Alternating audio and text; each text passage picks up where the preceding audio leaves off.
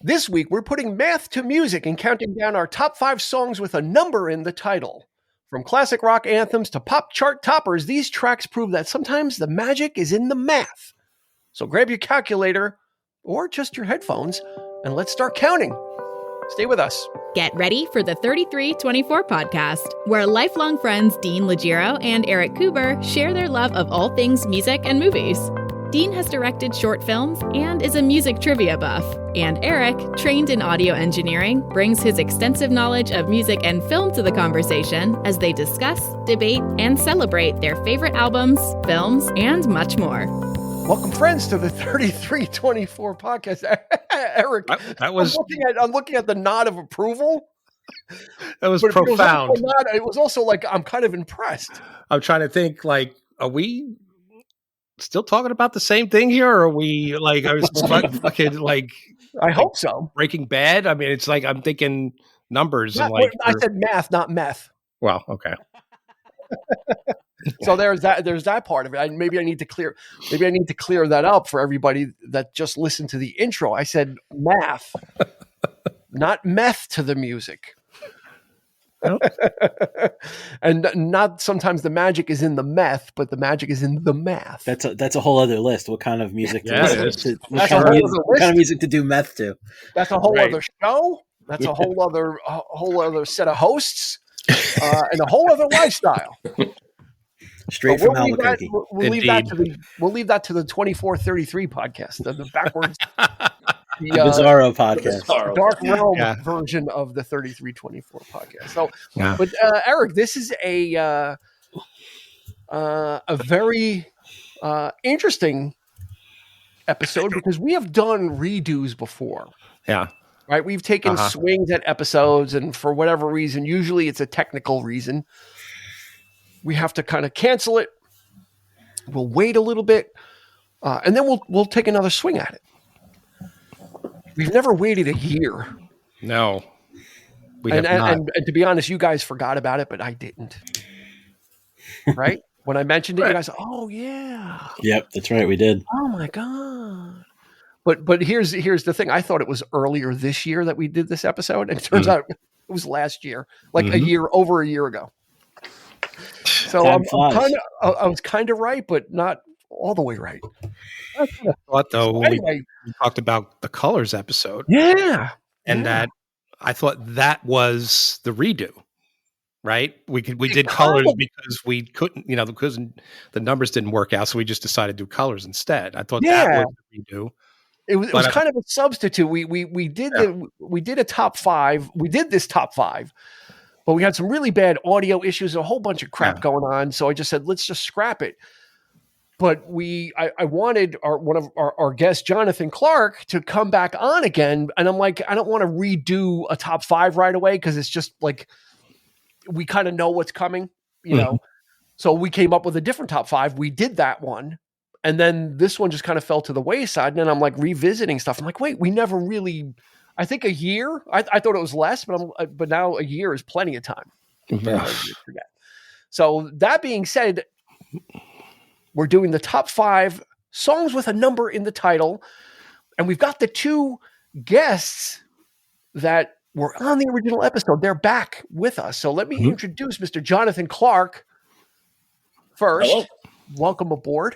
Thank you. Happy to be here. Looking forward to it. And I had to dust off the list and make a couple tweaks, but I'm actually happier with what I have now than what I did, because I was able to, after that, it was a little bit of a debacle, as you mentioned. I was able to go, you know what, did I pick the songs I wanted? And now I feel better with this list.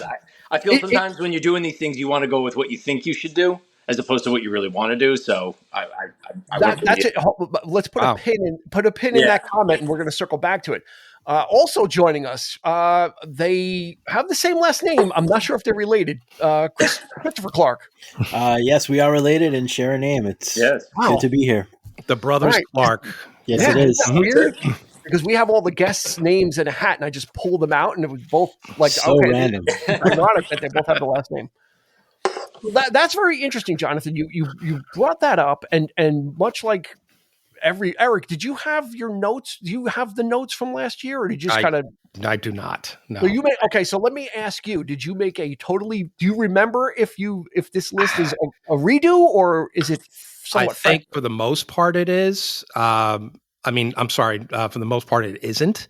Isn't okay. I want to say that a number of these songs were mentioned, not necessarily by me. So it'll be interesting to see whether or not. Yeah. All right. But All right. I mean, I don't have any like particular like ranking or order. Yeah. You know, but this. So as far as you can recall, though, you didn't just carbon copy your list from last year. I don't think so. It's not no. There are definitely a couple of items in here that I like. Jonathan was saying stuff that you should do rather than you want to do. So I'm kind of in the same pool there. So yeah. It's very. And Chris, what about you?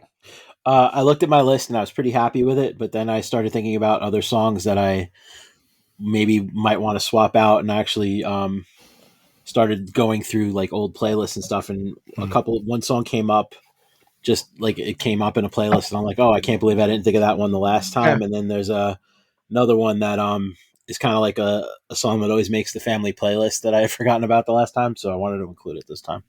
Okay, yeah, I think Jonathan made a really good and interesting point, and it goes for every top 5 that we do, right? Those top 5s are every time we do a top 5, it's always of the headspace of the moment, right? Because I did the same thing. I have every show I have all the notes for, so it was easy for me to go back and look.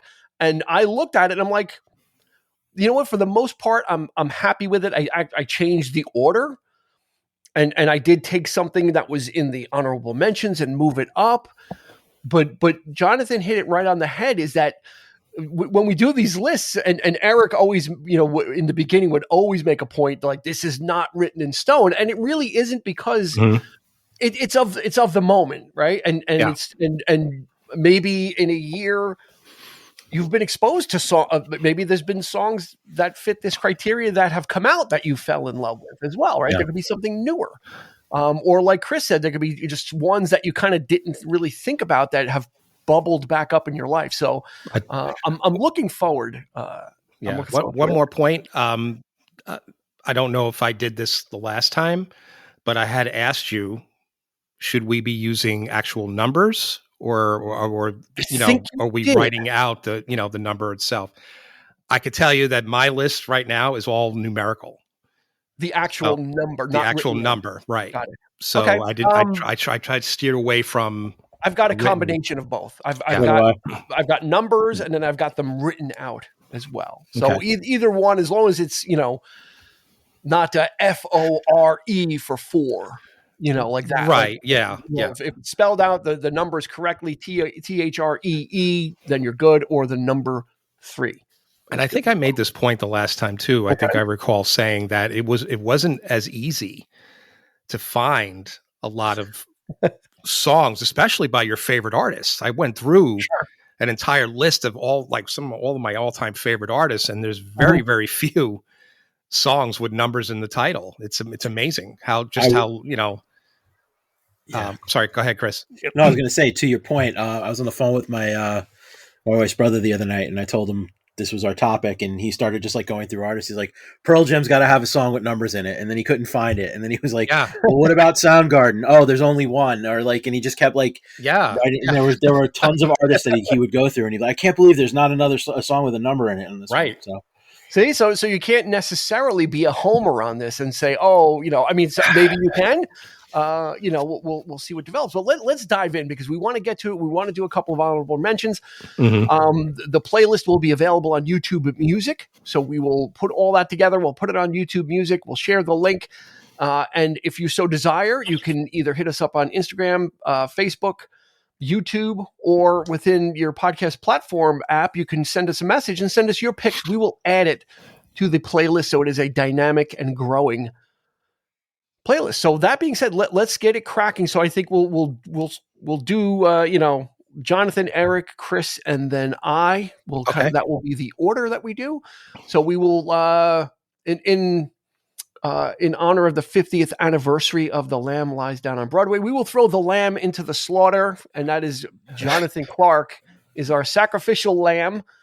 His name is not Rail, but I don't know. It'll do in a pinch. So your number 5 song with a number in the title. Well, I think you're maybe looking at my list because my song was written by a lamb. It was written by Robert Lamb from Chicago.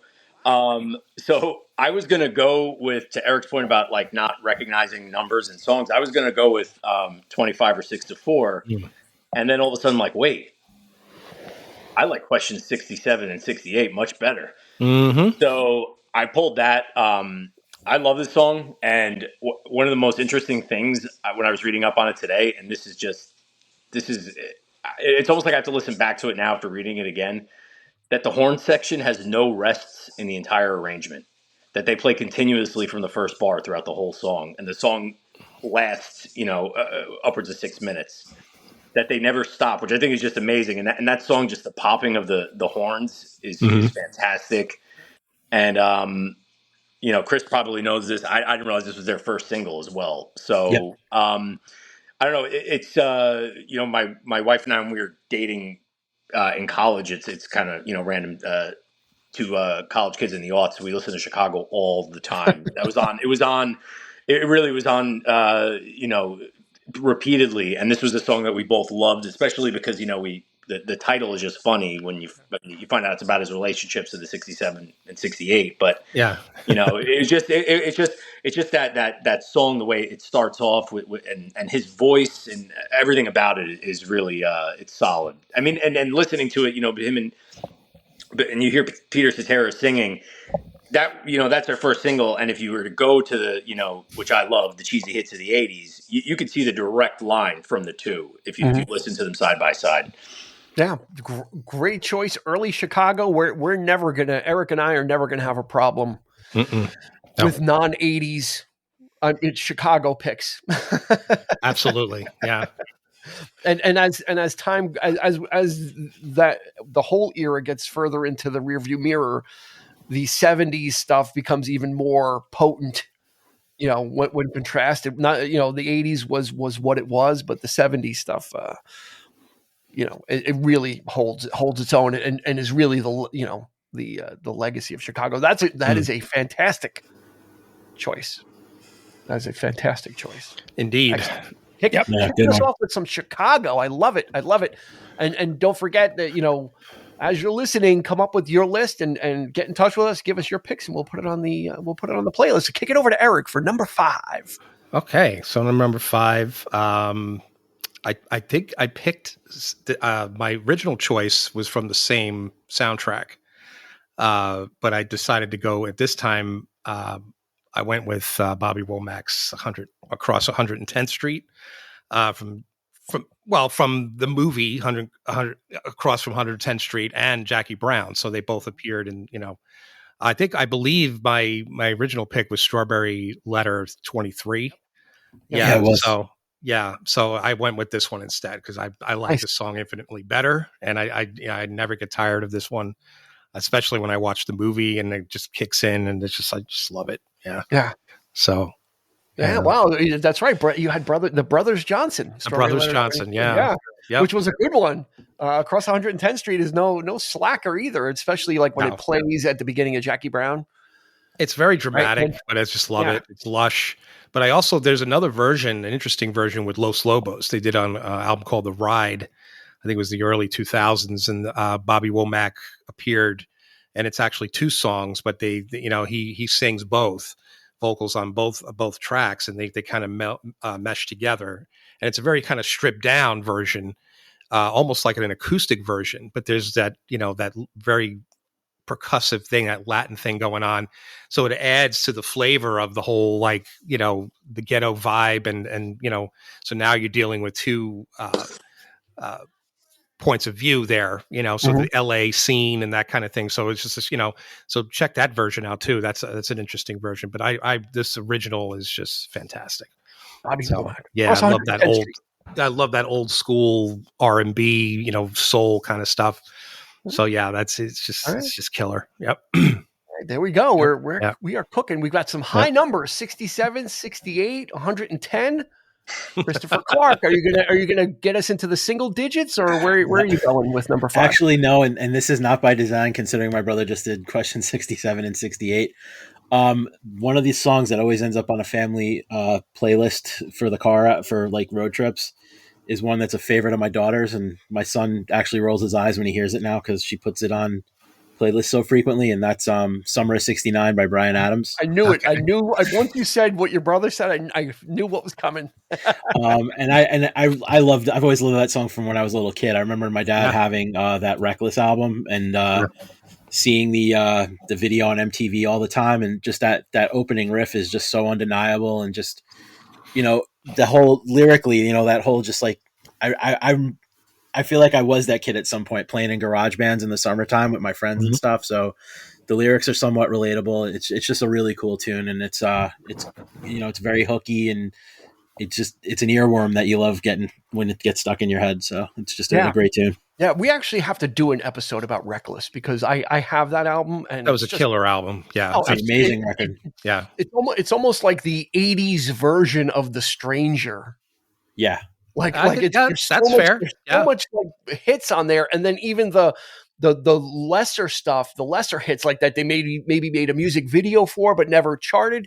It was just amazing. It's like all killer, no filler for that. Yeah, and the song with Tina Turner is my other favorite from that record. Only Love. Yeah. Summer '69. I did see Bryan Adams. He opened for Journey on the Frontiers tour. So it was Cuts Like a Knife. So he hadn't had Reckless yet. Cuts Like a Knife was his only, was his claim to fame. And just, I mean, my kid is 16 in 2025, and even she could still appreciate what a great, just shows you how timeless some of that music is, or his music is.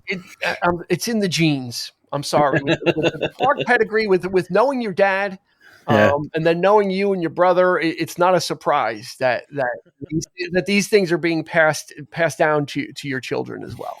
There you go. They're in good hands. With all state. All right. My number 5. This was the same one, I believe, as it was last year, but it's actually even become a little bit more. It picked up a little bit more momentum. Last year, I interviewed Kurt Stevens, who was a country artist who was kind of up and coming and just kind of trying to, he had put out a 5-song cycle of music that we talked about. But then since then, he started really leaning into what he felt really what Kurt Stevens was. And he put out a song last year called 65. Since then, he's hosted on Sirius XM. He's had guest hosting spots. He's been a spotlight artist on the country, on the new country on Sirius XM. Like, they've really been pushing Kurt Stevens. So, and I'm happy that we got to talk to him before that. I can't help but think, well, after he did our interview is really when things started taking off. There you go. I'm just saying. I don't know, but the name of the song is 65. It's if you like Jimmy Buffett, you're gonna love this because Kurt is really dialing into that. He's really his songwriting is really refined, and his stuff is infinitely listenable. It's new country, but it's throwback country. It's not new country where it sounds like it's kind of rap. Like new country kind of sounds like rap nowadays. Sometimes it's not that. Yeah. It is fully arranged, well produced, and he's got a fantastic voice. So, 65 by Mr. Kurt Stevens. So we got 65, 67, 68, 69, and 110. So we'll see what the next round brings if we start bringing the temperature down a little bit. Jonathan Clark, what do you have for number 4? I'm going to bring it all the way down. This is my second song. I'm going to use the number 2. I'm going to go with Two Step by the Dave Matthews Band. Okay. Great song. Yeah, I mean, this is speaking of numbers, this is Dave Matthews Band 101 from Crash, which is technically his third album, but his second, studio release. And it's become a song where, I've seen Dave Matthews Band live many times, where when I remember seeing him in the early 2000s, it was like a given. You were going to hear it every other night or pretty close, especially in New York run. And then it, continued. But then in the last few years, it would kind of fall out a little bit. And, but they've started, still when you hear the opening of the drums, the that percussion just kicks in. It's such a powerful song, and it's one of those ones that they would still jam, that they let stretch out, and the crowd always goes nuts when they hear it. There's an amazing version from 2001.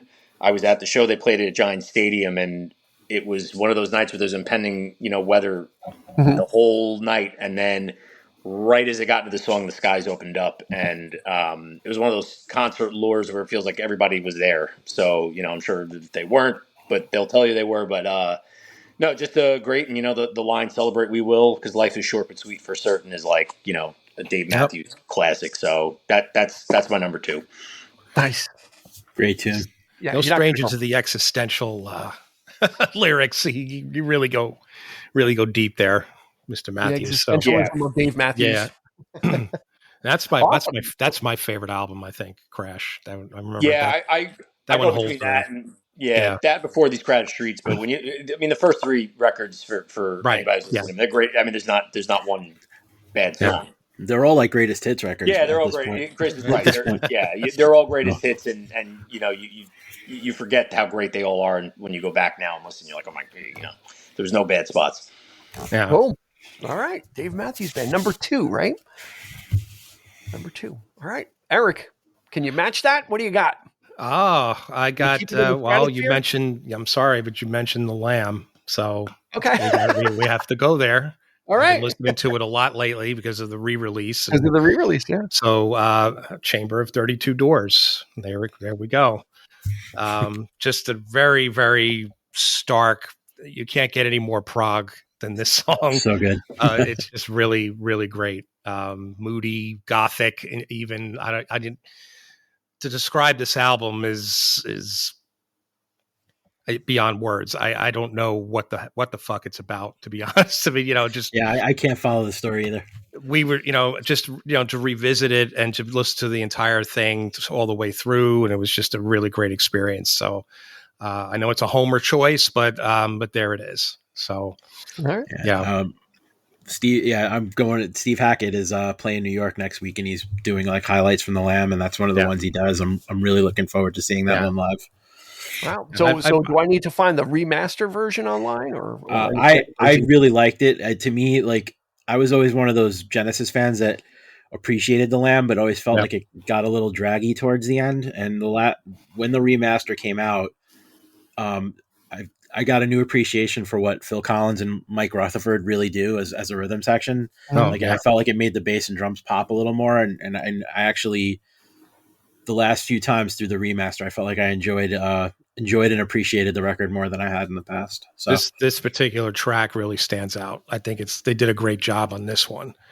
Yeah. I actually like the remix in 2007. There's some of the songs they push it forward.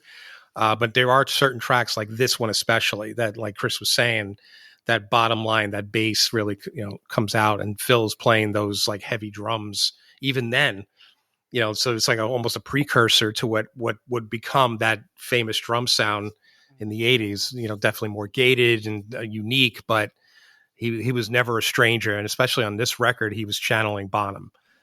For sure. He had John Bonham in mind the whole time. So, yeah. Yeah. Cool. So and what's that title again? The Chamber of 32 Doors. Chamber of 32 Doors. All right. Yeah. There we go. Chris, are you going to lead in with some prog, or are you going to go a little different?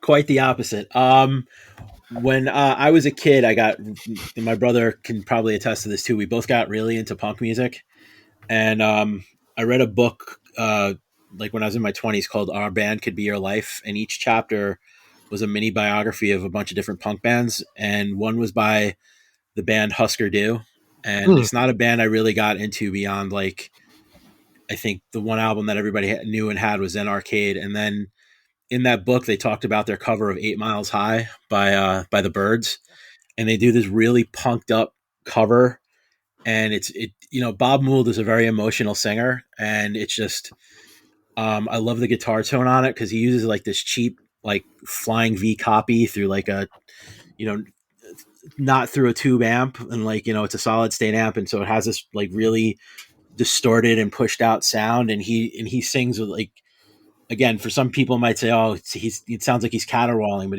the way he sings and the way he, just like the emotion in his voice it's one of my favorite covers of I've ever heard of any band do. It's definitely worth checking out. Yeah. So 8 Miles High by Husker Du. Yep. Right. Wow. I had a friend back in the day who was a huge fan of that group.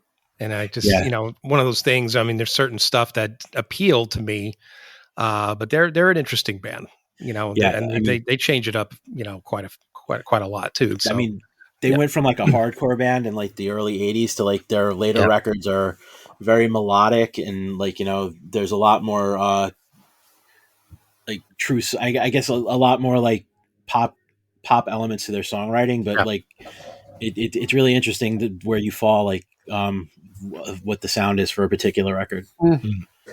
So, all right, 8 Miles High, not by the Bird or the Beards, as Elvis Presley called him once. There was an interview with Elvis, like in the early 70s, and they're asking him about like what do you listen to, like contemporary artists, and and he's rattling him off, and then he said the Beards. And I think he meant the Birds, but because it's BYRDS, I think he just said it wrong. It's like the Beards, or he was thinking of beer.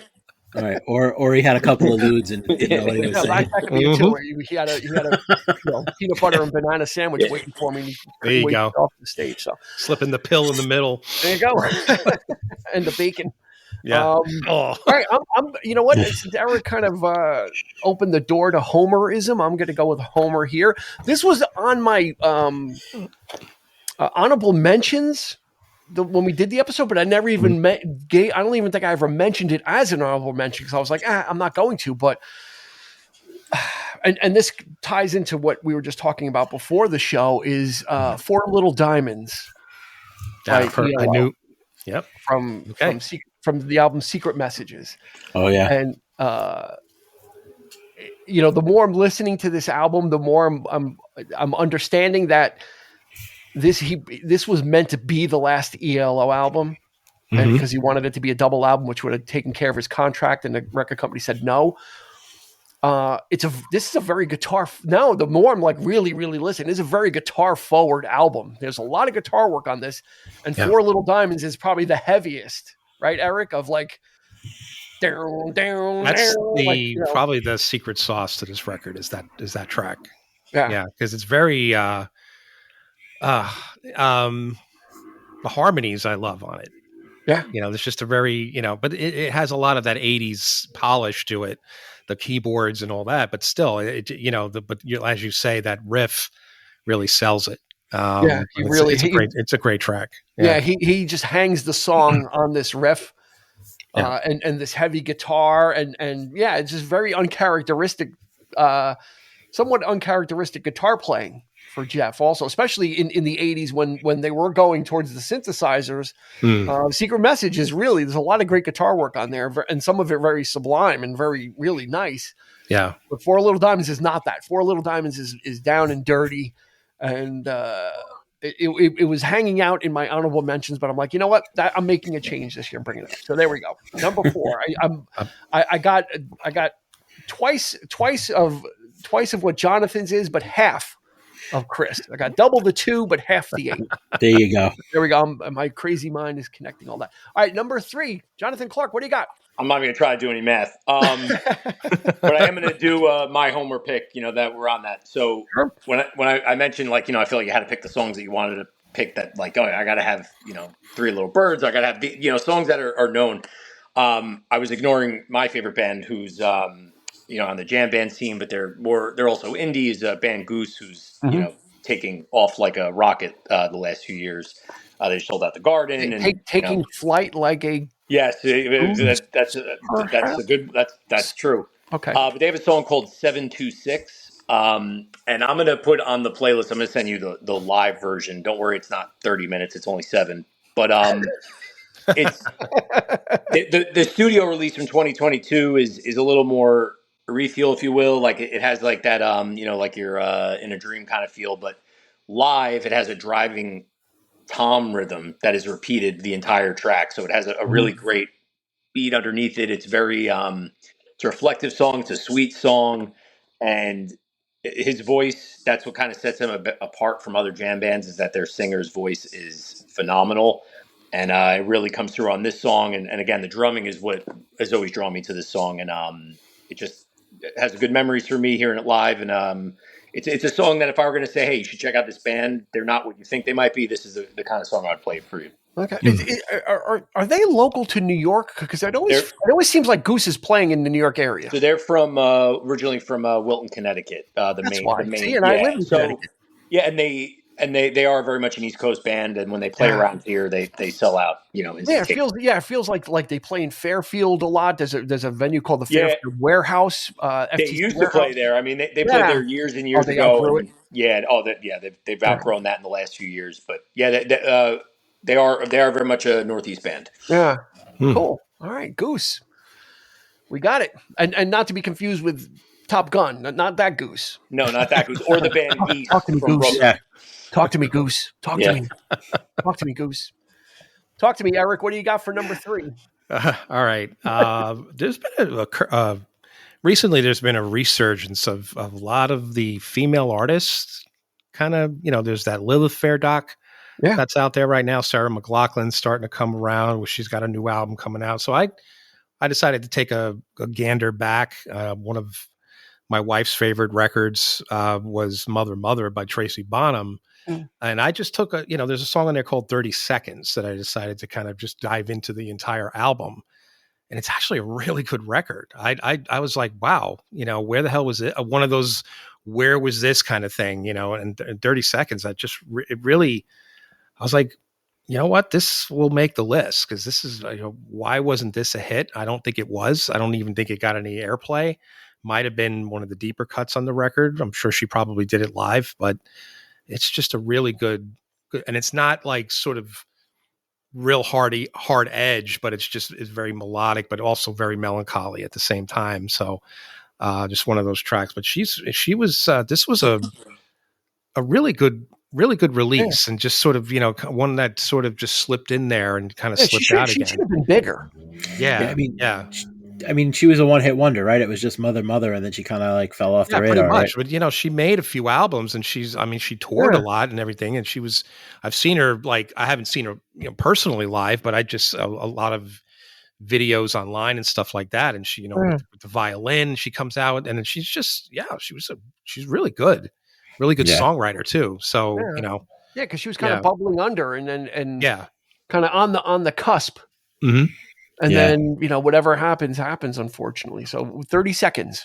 Yep. 30 Seconds straight by Tracy Bonham. And it's one of those things that's interesting too. Like if you buy the record from some of these one-hit wonder bands, you're like, why aren't they bigger? Like, I even remember having a conversation with somebody, that band Four Non Blondes that had that huge hit, What's Up. The rest of that record's actually, that rest of that album is actually a really good album. There's like a lot of really good tunes on it. Well, she's made a career, writing music for other people. Writing music for others too. She's an amazing songwriter, so it's not surprise. Yeah, she's Linda Perry is no slouch. It sounds like that's an episode in the making. Okay. Top 5 albums with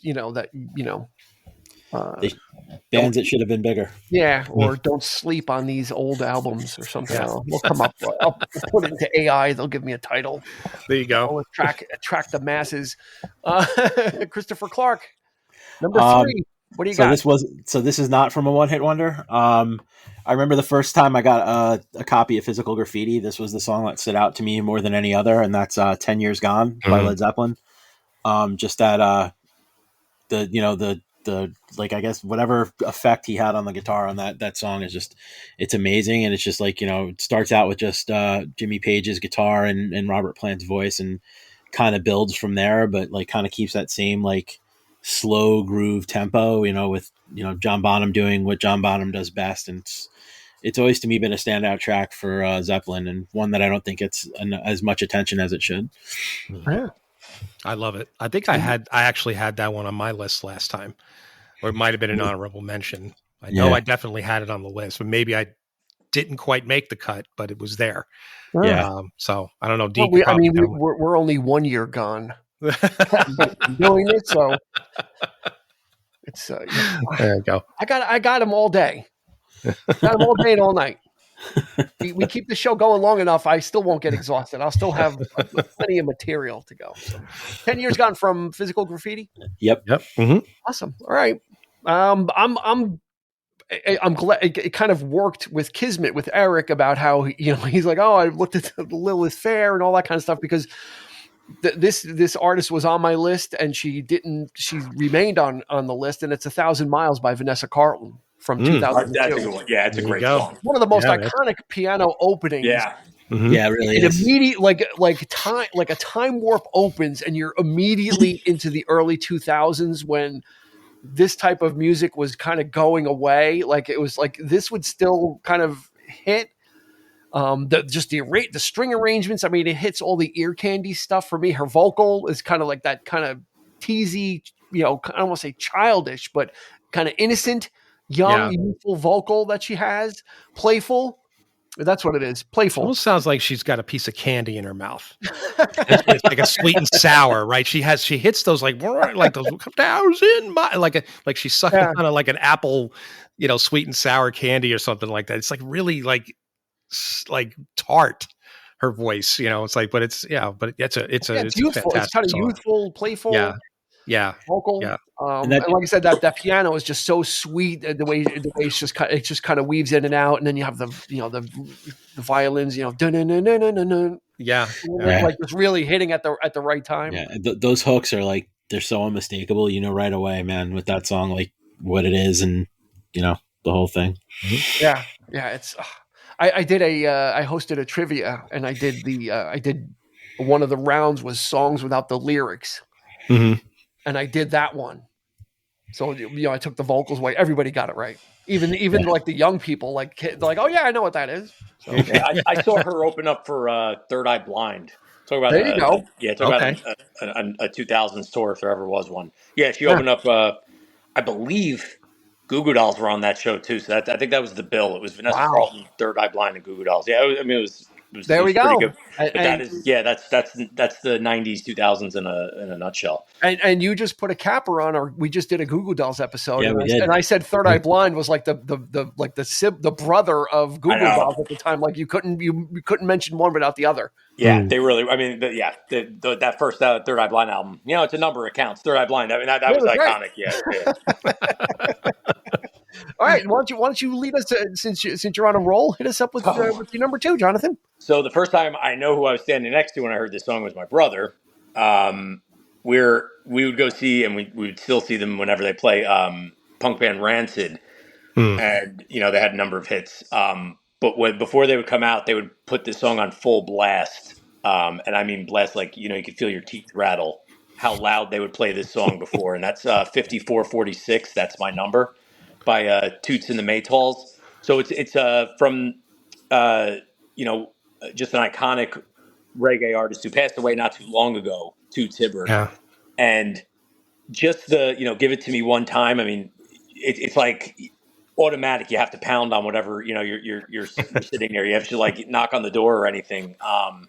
But I just whenever I listen to it now, I have to play it loud, and it's that I love Rocksteady, and that Rocksteady feel is just you could feel it in your body, and just so good. I was doing something recently where someone asked her like what it was like you had to create a list, and it was like what song would you list if you had to list the song you're going to play the loudest ever, and it wasn't even a question. It's this song. So, and it opens up with this iconic "Stick It Up, Mister," him screaming it out. And it's actually based on the fact that he was arrested, and that was his number. So that's what the song means. Now you said that Rancid always played it before the show. No, they didn't play it. It was almost like the show. Like almost like a Metallica playing "Ecstasy of Gold" or that kind of thing. Yeah, that's lights down. That's what's playing, and then once it's done, they come on out. Yeah. So it's kind of like their pre-intro. Yeah, exactly. Music. When you see them live, it's kind of cool because like they build up to it because a lot of basically everything they play, like the house mix, like before they come out, is all like old. I mean, I'm not talking like Bob Marley. I'm talking like reggae from like the 50s and shit. Like stuff like you could picture it was recorded like there was probably farm animals walking around the studio like that. Like those old studios in Jamaica. Right. That you read about, which I mean, and that's why I've always said to my brother, like I'll send him some random stuff, and I'm like, I want to hear the scratching on the sound. Yeah. And then that song is the last one they play before they come out. Yeah, cool. Yeah, it's good. I'm looking forward to hearing that. I've heard of Toots and the Maytals. I've never heard anything by them.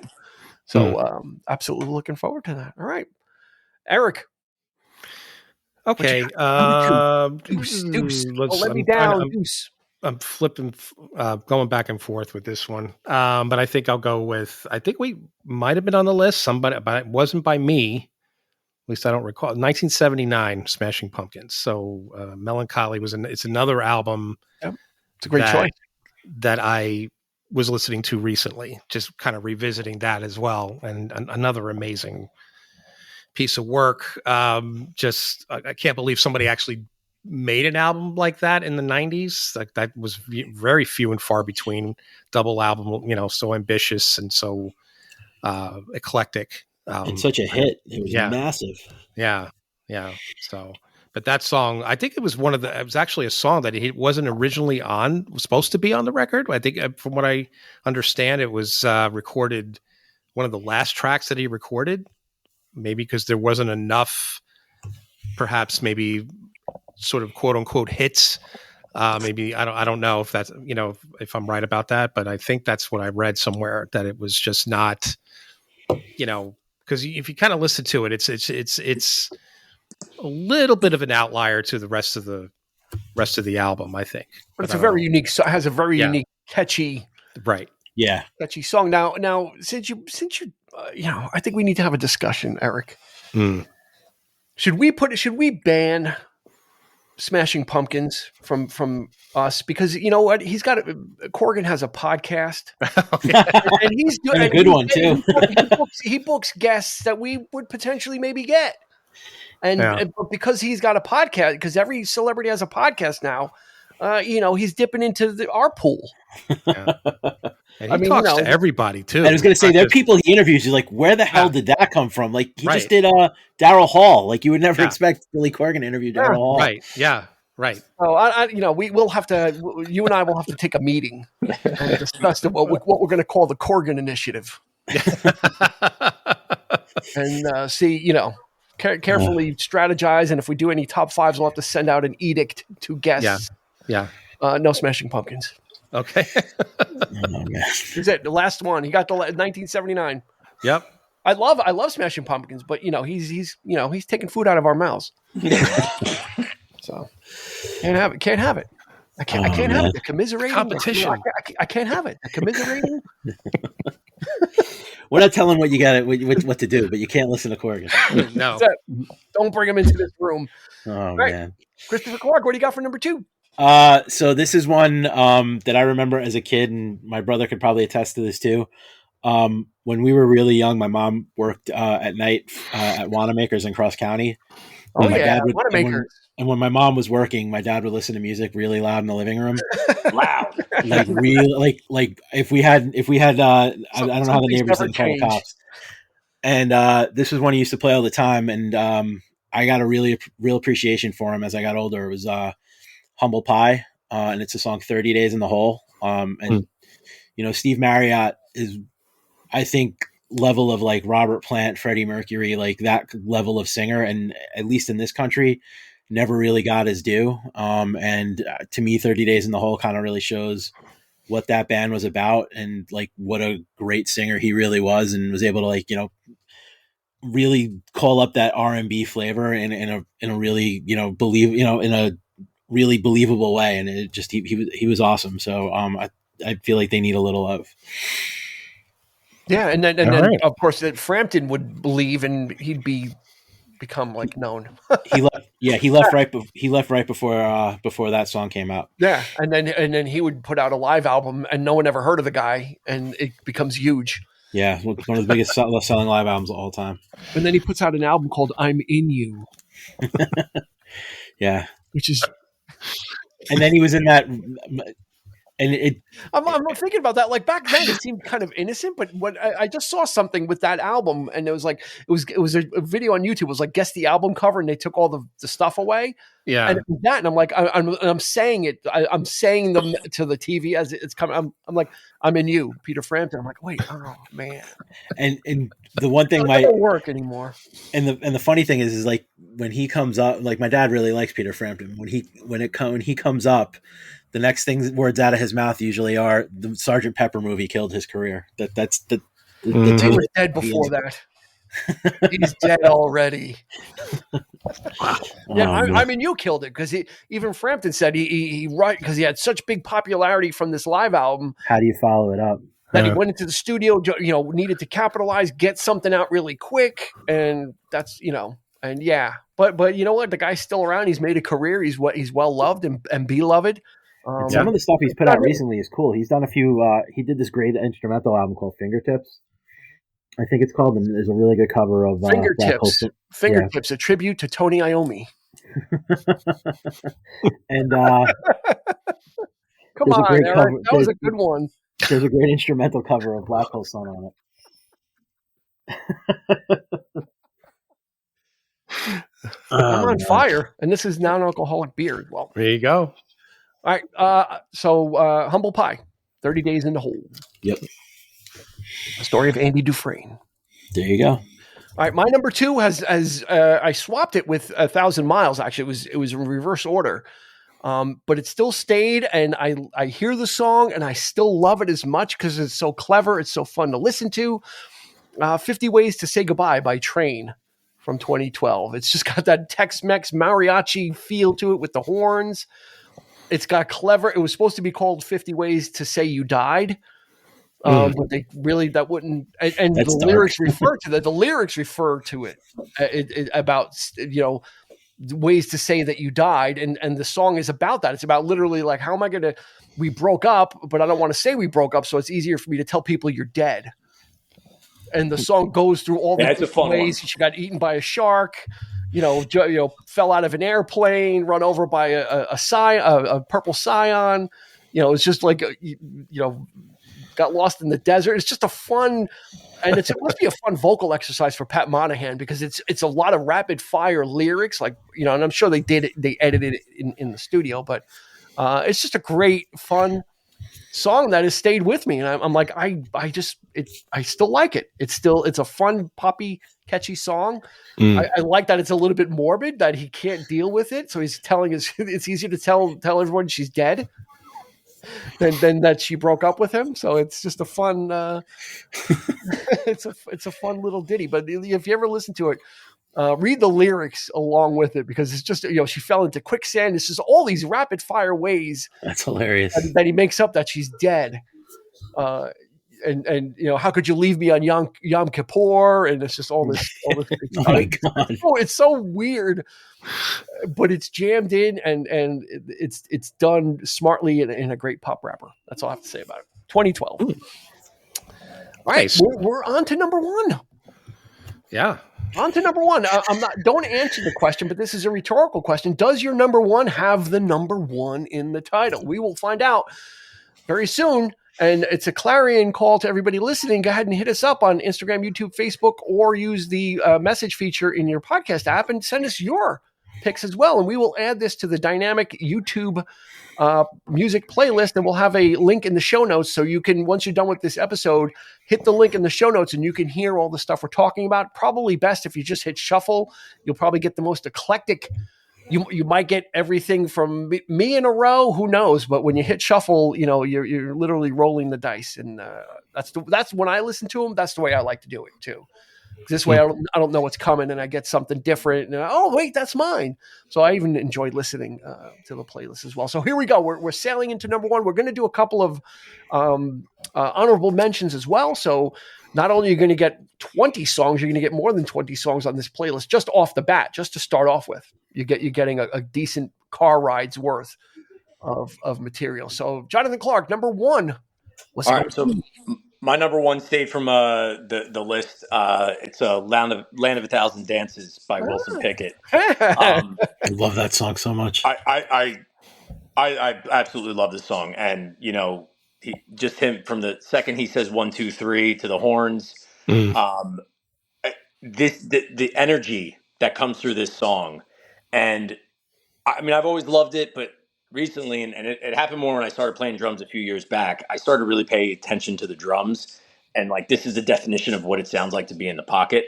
Mm-hmm. So Oh, absolutely. I had to look it up, and I knew it was definitely a Muscle Shoals, session musician, and I felt almost embarrassed when I looked up. It's Roger Hawkins, who he only played on a couple of songs like Respect and Mustang Sally, and like you just look the number of hits that these guys played on, and next time you listen, just it's hard not to pay attention to Wilson Pickett because of just how amazing and attention grabbing he is.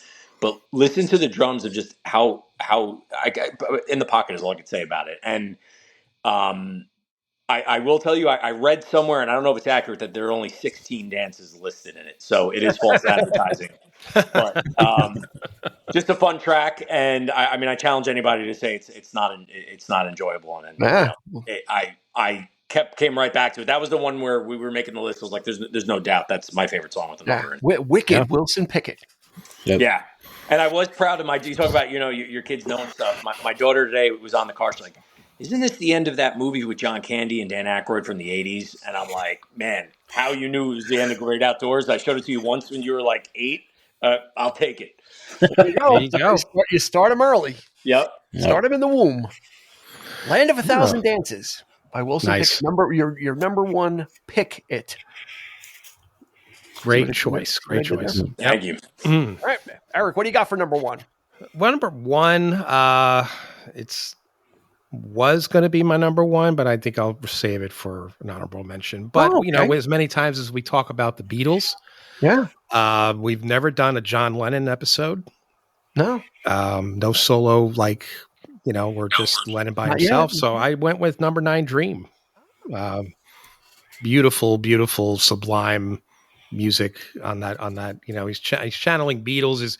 George Harrison plays on it. It's just I don't know, just one of my very favorite John Lennon tunes, just strictly for the music. I'm not sure. I mean, it just sort of not really sure where he's going with it, but it's just kind of like the music just grabs me with it. It's just very sort of very dreamlike and very sort of. I just love his vocal on the way it's layered on that track. It's just beautiful. So yeah, it's one of my very favorite John Lennon tunes. So we need to get him in the mix at some point because we never really probably do Double Fantasy or something. Yeah. So. Jonathan said the word ethereal earlier, and number that term fits perfectly for that song. And you, like you said, dreamlike, and him channeling the best of what he could do as a songwriter, because he was much more grittier than McCartney and not as nuanced. Like McCartney really had a deft touch. And that Lennon didn't have, but when he was able to call it up, when he was really able to kind of focus in and do it, you got stuff like this. Was that angry? Was that Phil Spector? Right. I don't know. Walls and Bridges, right? Yeah. Who produced Walls and Bridges? I'm going to tell you right now. It was produced by John Lennon. He produced it himself. Wow. Definitely, you almost want to say it is, but I don't think it's as quite as the reverb quite isn't there. I think in the vocal it's there, and it's sort of layered, and it's almost like it's like a pillowed in. It's like a bunch of clouds. Yeah, that's how this song describes it. Like it's floating. And his voice is like really in sort of in the middle, and it's like absolutely. And he was just very angry when he came out of the Beatles, and so Mother and songs like that. But here, I think sort of the midpoint of the '70s started like doing stuff like this, and Mind Games and things like that. I love that kind of stuff that he did. There's sort Isolation. of yeah, absolutely. Yeah. Cold Turkey. Yep. Mm-hmm. Oh wait, no, that was a different era. Sorry, different Lennon. That was when he was hanging out with what's his face. Oh my God. It left me. It left you. Harry Nilsson.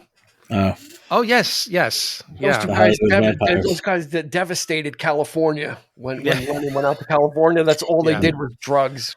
with Mickey Dolenz and Alice Cooper. That's all they did.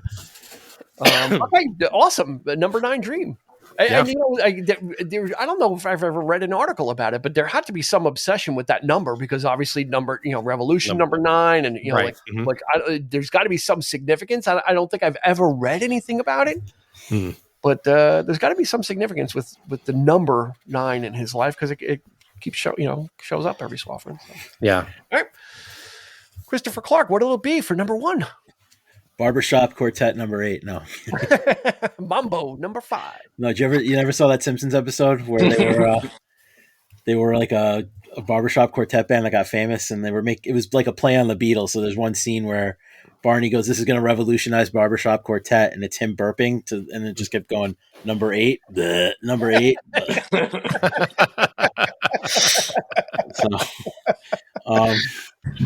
My number 1, I think it was my number 1 last time too, and it is the number 1. It's One by Metallica. It's the song that made me a Metallica fan. It's still one of my all-time favorite Metallica songs. I think the video for it is one of the coolest videos ever made, and I just love how it starts so somber and like quiet, and it's got this beautiful like clean toned guitar solo at the beginning. It's probably one of Kirk Hammett's best recorded moments, even because he's very restrained and just plays so on the mark without any like distortion to hide behind, and it just builds and builds and builds until you get to where they're doing thrash, but like it's this slow build to that point, and I really think it fits the emotion of the lyrics and what the lyrics are talking about, and like the horrors of war and what soldiers go through and that kind of stuff, based on the book by Dalton Trumbo, Johnny Got His Gun.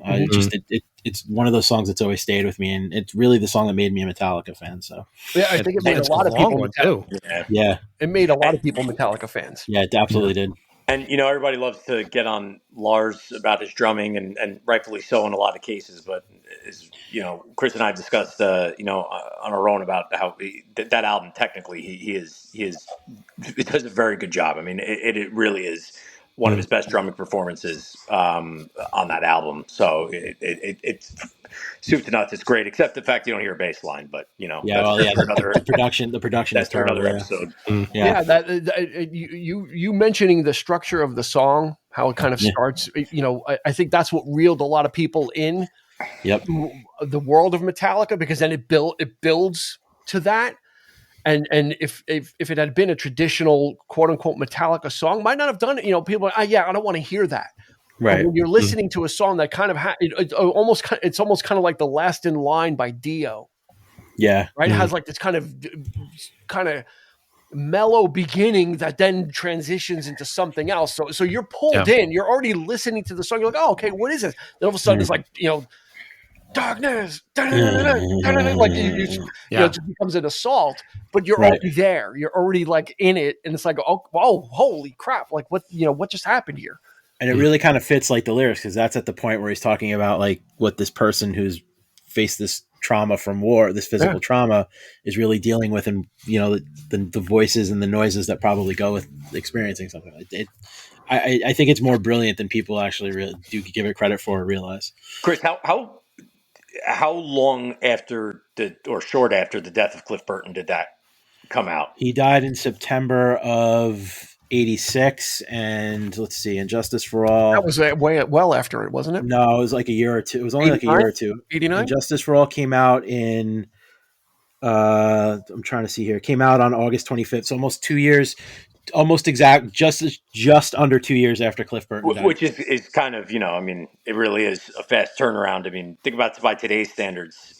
That's a normal cycle for a band, let alone rebuilding like that. Yeah. True. Yeah. Especially such a key and a key member too, and a tragic death. I mean, and they were in their 20s, 30s. I mean, this is Yeah, they were 26 when the record came out, and 24 when he died. It's really it's crazy. It is. Oh. One. Yeah. By Metallica. All right.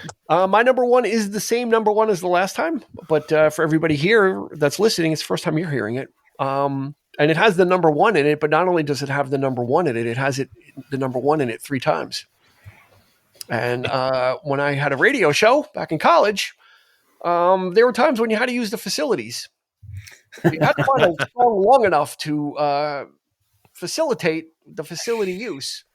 So I got to know this song as a result of that, but I love it. It's one bourbon, one scotch, one beer by George Thorogood. Such a great song, man. Which was long enough for me to do what needed to be done and get back to the studio and come back, and the song would still be on. But then I just started listening to it, and yeah, it's just like it's a great blues song. It's a great story, in the typical blues fashion. The guy, he's got no money, he's got no rent, his landlord's after him, that kind of thing.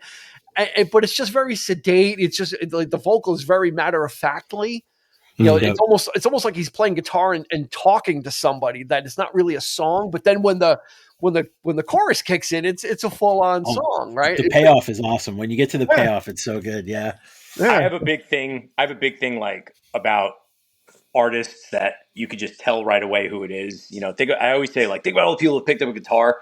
George Thorogood is one of those people. Like, the second you hear his fingers hit the fretboard, you're like, oh, it's George Thorogood. Yep. Like, and that you're right. That talking part that sings that. It's so great. Yeah.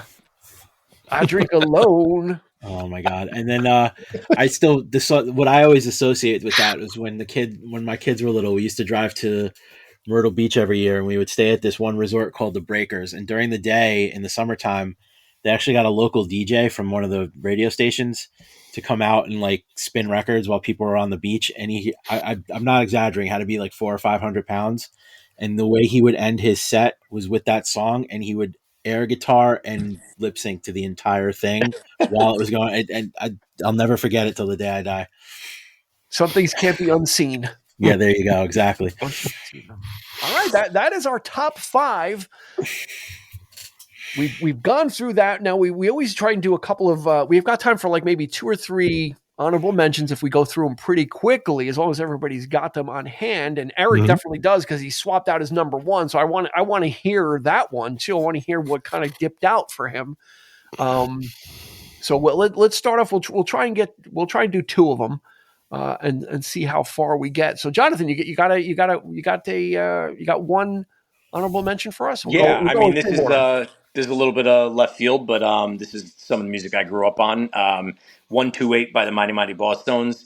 Everybody will know the album, let's face it, for the impression that I get, rightfully so. But the last song on the album is 128. It's a song they opened up with a lot in the 90s too. I mean, it's a song that's the Bosstones in a nutshell. A punk song with an amazing horn section. Rinse and repeat. So that's one of my honorable mentions. 128. Good. Now I'm going to have an opportunity or a reason to listen to more Mighty Mighty Boston. There you go. The impression that I get is on my playlist, and I love that song. But now it's that's why I love this too, because it's an opportunity for me to kind of stuff I'm familiar with, but then take a next step and go a little further. Yeah. Eric, what do you got for an honorable mention? Is this going to be the one? It's going to be the one. Of course, it's going to be the one. That's 5:15. I mean, I'll never get tired of talking about Quadrophenia, but of course we already did, so I didn't want to make that, it's the ultimate homer. So of course it's on my list, but nice. There you go. It's a great tune. Yeah. That horn section on that song is so amazing. Everything on that song is great, man. Yeah. I will gush about that album till the day I die. I will die on that hill. Isn't it? Is it back on Broadway? Did I just see a commercial for it? It's a ballet, actually. A ballet? Okay. Yeah. He turned it into a ballet. Like it's, okay. Don't get the gist of that, but it's very sort of classical music. They did put out he did do an orchestrated album not too long, I think it was about 10 years ago. He was playing in like Barnes and Noble one day in the overhead, and it was just horrible. It just doesn't translate well. It's just like they really kind of pushed the opera, and it just opera singers singing the songs. It was absolutely no rock to it whatsoever. Well, and it was just, it just didn't work. I'll tell you what the gist of it is: the almighty dollar. That's where it comes from. Yeah, there you go. Yeah, pretty much. Yeah. Or was it like the scene from Amadeus when they're dancing and the king comes in and he's like, "Well, you've expressly forbidden ballet." Well, this is ridiculous. Put the music back in. Yeah. Say what you will about the Who, Pete Townsend, Daltrey in recent years, and they just hung it up, and kudos to them and all that. But just this album will always transcend my love for the band, or lack thereof, in later years. So, I would get out of the band, but I would always love this record. It's just one of those just albums that just stand out. The keeper. Yep. Absolutely. Yeah, and you can reference our Tommy versus Quadrophenia episode if you want more of that. Chris was on that, and that was a good one. Chris was on the Tommy side, and Eric was on the Quadrophenia side. And I was in the middle, just kind of moderating. It was a great discussion that we had. Yeah, it really was. So that was cool. Visit that episode as well. Chris, what do you got? My old boss, when I worked for a medical supply company as a teenager, loved this album. Not necessarily the band, but loved this album and talked about it enough where I think he actually gave me my first copy of it. And it's the first King Crimson album, In the Court of the Crimson King. And the leadoff track is 21st Century Schizoid Man, which is it's a prog song, but it's almost like pseudo heavy metal. And you got, that great horn and guitar line, and Greg Lake not singing beautifully, but singing very aggressively and with a little bit of rasp in his voice. It's just an amazing tune. Yeah, it's got this jazz breakdown in the middle that's very cool. It was almost in my top 5. It missed it by a hair. Missed it by a hair. Missed it by that much. What was that? Who used to say that? Oh, Don Get Smart, right? Don Adams. Missed it by that much. Just a bit outside. And that was Bob Uecker, just a little outside. King Crimson making an appearance. Yep.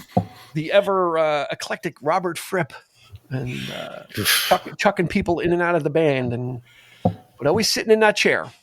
Yeah, that lineup only recorded that one record before they started. They got John Wetton after that, or I forget who.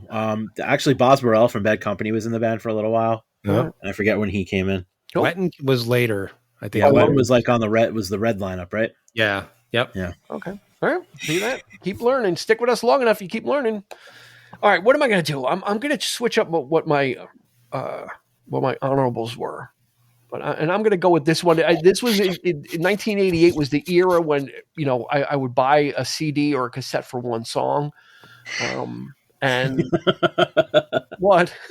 No, just it's relatable. Yeah, it's such a foreign concept for anybody now, but I'm laughing because you're just praying please be good, please be good. No, I never even bothered listening to the rest of it. I just bought it for the one song, and then would listen to it and then chuck it in the back seat and then pull it out and hit rewind and listen to the song again. It was very transactional. This was the song 500 Miles by the Proclaimers. That's right. Such a unique song. At the time, it was so quirky and it was so odd, especially with the singing, with their accents really out there, right? Because usually when Scottish or Irish people sing, you don't really hear an accent, but with the Proclaimers, the accent was there on full display and all the Irish pride that they had, and it was just such a unique, again, just the stuff that hit my ear, this was tailor made for that kind of stuff. And I did buy Sunshine on Leith, which was the name of the album. I probably have the CD still. Probably still never listened to anything after it. Maybe I should go get that 400 CD changer. The song that I think it's on the same album. They used it in Shrek, the first Shrek movie. I'm on my way. Oh, really? Yeah, I'm on my way. I didn't know that. Now I got a reason. Yeah, but that vocal is that gets you. You get big smile on your face. That real heavy brogue he's got there is great. Yeah, it was featured in the movie Benny and June with Johnny. Yeah, I was just thinking. I couldn't remember. I knew it was Johnny. Yeah, that's kind of where it kind of picked up. But I bought the album when it came out, and I'm like, oh yeah, I love the song. It's so quirky and so cool. All right, moving on. Let's get another. We got time for one more each. So, Jonathan, what do you got for another? I'm gonna go with Highway 61 Revisited by Bob Dylan. Hey, there we go. Amazing. I mean, just that opening, and I just love the opening lyrics. God said to Abraham, "Kill me, his son." Abe said, "Man, you must be putting me on." It's just that 3-album stretch of Dylan was, it's iconic and could be put up there against any 3-album stretch. Which 3-album stretch are you referring to for the audience? So it's Bringing Back Home. Mm-hmm. Highway 61 Revisited and Blonde on Blonde. Okay. Mm-hmm. So it's just, it's just, I whenever I go back and listen to Dylan, I always find I'm going to those 3 albums, and then, or the Albert Hall concert. But, and I know you've had my dad talk about 70s Dylan. Yep. And that's his pocket of it. But I always prefer the 60s Dylan, especially. And if you like that era Dylan, haven't seen A Complete Unknown, I highly recommend it because it's really fun to watch. And and if you don't like Dylan's voice, my dad discovered last year this record by the artist Cat Power. It's a live album of her, singing all of his songs from that era. She basically recreates the Royal Albert Hall concert, and she's got such a beautiful voice. It gives those songs such a different tack, but just so amazing. And we were lucky enough to see it live too. Yeah. Nice. Yep. All right. So there we go. Highway 61 Revisited. Eric, what do you got? All right. So I don't know if I can top it, but it's a great album. It's Hendrix's second album, Axis Bold as Love. If 6 was 9. a great song. Yeah. Just that sort of like, like this sort of like shuffle thing going on. And just it almost like Zeppelin would do that later on too, right? I mean, it was just, having that, that album really, he kind of toned it down. And actually this was like this, it was actually, the songs were more structured, I felt, and just sort of like, you could definitely tell he was actually a great songwriter as well as, and in this album was more R&B and sort of, soulful, which is the kind of stuff that I like. I like, it's great to have the great guitar stuff and the soloing, and, but on an album like this, it's just, he's layering that within the framework of an actual song. So, and the songs are shorter and it's just a breeze to get through. It's just such a great record. That's definitely my favorite Hendrix album for sure. Yeah. Mm-hmm. And I love that breakdown in the middle of the song where it's just like, I'm the one that decides when it's my time to die. So let me live my life the way I choose. So great track. If 6 was 9, really? Okay. I'm surprised. When you started, I thought you were going to go with "I Got the 6" by ZZ Top. Give me the 9.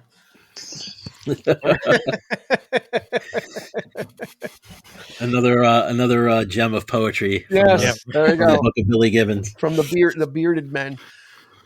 Chris, what do you got? I don't know if it's just my headspace. I've been listening to more metal lately, but or it could be the fact that I was talking about this record with my wife's brother the other night. It's Hangar 18 by Megadeth off of their Rust in Peace album. It's probably considered like their masterpiece record, and it's just a really cool song. Like the instrumentation is really good, the band is really tight, and it's a driving song, but it's just it's really, I mean, the band is really locked in, and you can hear every instrument, and the drums and the lead guitar on it are just so fantastic. It's a really cool song. Nice. But Mustaine don't they have one more? Isn't he working on their final album, Mustaine? They're releasing their last record and then they're going to call it a day. So they say. Yeah. Famous last words. So they say. They'll make a ballet out of it. Yeah. They'll make a ballet out of it. They're making their last album. This way Mustaine can rejoin Metallica and then blow everybody away if that ever happens. They'll be that would be even bigger than Rush coming back and who's taking a lot of heat, milking everybody's wallet. They're getting a lot of heat for it. Rush. Yeah, the prices out of control. Yep. If you're listening to this when this episode comes out, the Rush reunion is in full effect, but the prices are mortgage worthy. And Vernon Reid from Living Colour said he also finds it distasteful that they're not giving the drummer the respect that she deserves. Like, she's not in any of the advertising, and they don't talk about the fact that she's taking on this monumental task to fill Neil Peart's shoes and stuff. They could put with special guest, if they put special guest, they think that she's an opener. Right. But they're not going to put her. They're not going to advertise Rush with her photo because that means she's in Rush and she's not really. It's kind of right. I mean, it's awkward just because like the Who with right. Well, if you But think about it's it, awkward, especially because they're a three-piece. That's why it's awkward. Yeah. It's not like, they're 7 members and just one is. If you think about it too, though, if they had come on with her, people wouldn't have liked that either. It would have been like, oh, nobody can replace. Yeah. Immediately, people would have hated her. I guess it's a damned if you do, damned if you don't situation. I think it's the right move. I think the people that know are the people that know. And I think that's why he made that statement. It's like, listen, we're doing this because we want to do it, and out of respect for Neil, and they had to say that, because otherwise all the haters would have just came out and been like, no, you swore up and down that you would never get back together, and here you are. And I finally heard, like, I guess the first time they announced it, I hadn't heard this yet. They got the okay from Peart's wife and daughter. Like, I hadn't heard that come out yet. Yeah, finally did. It's all good, but it's just. They're not making it easy for people that want to go see them. No, and it used to be really inexpensive to go see them. It's not an economical thing. So we'll leave that there for Rush. Okay, I've got one more. I've got I've got 3 songs to choose from on my list. I'm gonna go with, because I was at dinner tonight. And my girlfriend's like, oh, what episode are you guys doing? And I said it. She always does this. She just starts rattling off. I'm like, why don't you come on the show? Because she just starts rattling off titles. I'm like, so anyway. So she rattled off this one, and it fits in with me. We're going to go with Hey 19 by Steely Dan. It's a great one. That's a great song, man. Which was never on my list. I may have thought of it at some point, but she just, it was like the first one she said. She goes, oh, Hey 19 by Steely Dan. I'm like, that's great. Stop. It's a good tune. Stop, because I don't want ideas. But then she gave me the idea, and I'm like, well, that's a good idea. I'm going to steal that idea. I'm going to take that idea from you. So yeah, Hey 19 by Steely Dan. It is the smoothest of the smooth as far as Steely Dan, from Gaucho. That was them at their really like putting an extra coat of turtle wax on everything. Yep. So you literally, the needle literally slid right off the record. It was that shiny. But I love it. I love, it's just that we talked about it in our Night Fly episode, which is out. So you can go check that out, about the pursuit of perfection from Steely Dan. And it's just that perfect thing. It's the epitome of the hated term yacht rock. But it is what it is, and Hey 19 just is beautiful. Cuervo Gold, the fine Colombian, Night, a beautiful thing. It's just like it's just like you picture that. You picture that, like being somewhere exotic and having a drink and having a cigar, or maybe the Colombian might be something else. But that's it. Yeah, Hey 19. So I think between the 4 of us, I think mission accomplished. We have come up with a list that's got some popular stuff. It's got some eclectic stuff. It's got varied genres, from Ireland to Metallica. We span the globe from reggae to Genesis. We have spanned, I think, a lot of great genres and a lot of great music. So the only thing that's left to do is for you people that are listening, hit us up and send us your picks so we can add them in, because we want this playlist to grow. The bigger we get it, the more fun it is to listen to. And you just put that on, hit shuffle and put it on in the background and just chill out and listen to some music. So I think that's going to do it for this episode. Well done, gentlemen. Jonathan Clark. Yep. Thank you. Thank you so much, man. A pleasure. Yeah. The brothers Clark. Another get you guys on together more. Thank you. That would be great. Thank you. Top 5 3-album cycles. Since John, that'd be a good one. Kind of went there. So it would be the Beatles' first 3, the Beatles' second 3, the Beatles' third 3. And the episode's over. And we're done. Christopher Clark, as always. Always a pleasure, sir. Thank you, sir. And he has appropriately gotten rid of the Mets hat, finally. He has accepted the fate that the Yankees have. We're still accepting, but the Mets were accepting it sooner. Yeah. What are you going to do? New York sports suck this year, so they really do. Yeah, and Mark Sanchez isn't doing any better either. No, he is not. Former Jet. Okay, that's going to do it. Of course, Eric and I will be here with you each and every week, bringing you what we feel is the best of music and movie podcasting, even better than Billy Corgan and the other ones. Right? Is that what it's called? The other ones are the beautiful ones. I forget. The other ones or the others, other people. The other one, I don't know. Right? Yeah. Beautiful others, or the something weird, right? Like it is Billy Corgan and the Magnificent Ones. Magnificent ones. Okay. Wow, he's really, yeah. Egos abound. Yeah, you're going to want to be on that show, right? Yeah. Right. Magnificent. Oh, okay. You're asking. You think I'm a magnificent? I mean, when you get people like Danny Elfman, that is pretty magnificent. So, yeah, I suppose he just had someone, not even the one you mentioned earlier, but someone even more obscure, like wasn't even in the music field. I think the most. He's had a couple of actresses on. I'm trying to think. I noticed that one too, and I was like, wow, that seems really random.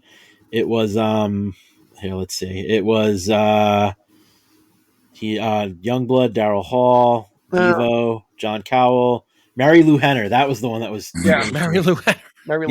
Who has a photographic memory, so she would be a good interview. Person to interview because she remembers everything. She literally remembers the dates and like what she wore. She remembers she has like a photographic memory. So wow. Anyway, unlike Billy Corgan, we do not edify ourselves and say how great we are, and that's the difference between us and that podcast. So, but that's going to do it. New episodes come out each and every week, each and every Thursday. If you follow us on your favorite podcast provider, you're just going to get a notification, and then you won't have to worry about it. And we hope that you join us again for top fives, for music, for movies, discussion episodes. We got a whole lot of great stuff in the back room to check out. And we encourage you to, after you're done here, if you're not going to give us some top fives, then go ahead and listen to another episode. Go check that out. And go ahead and be like a Care Bear. Sharing is caring. So go ahead and share it with one of your friends and be a rainbow bear, or be a heart bear, or be the clover bear, whichever bear you want to be. We don't care because we appreciate you coming out and sharing with us. So, for Mr. Jonathan Clark, for Mr. Christopher Clark, and for Eric, this has been Dean, and we will catch you on the flip side. You've been listening to the 3324 podcast with Dean Legiro and Eric Kuber. You can find us on your favorite podcast provider, so please like, subscribe, and rate to become a part of the 3324 family. Your feedback is important, so make sure to follow us on Instagram and Facebook at 3324 podcast and on Twitter at 3324p to join the conversation.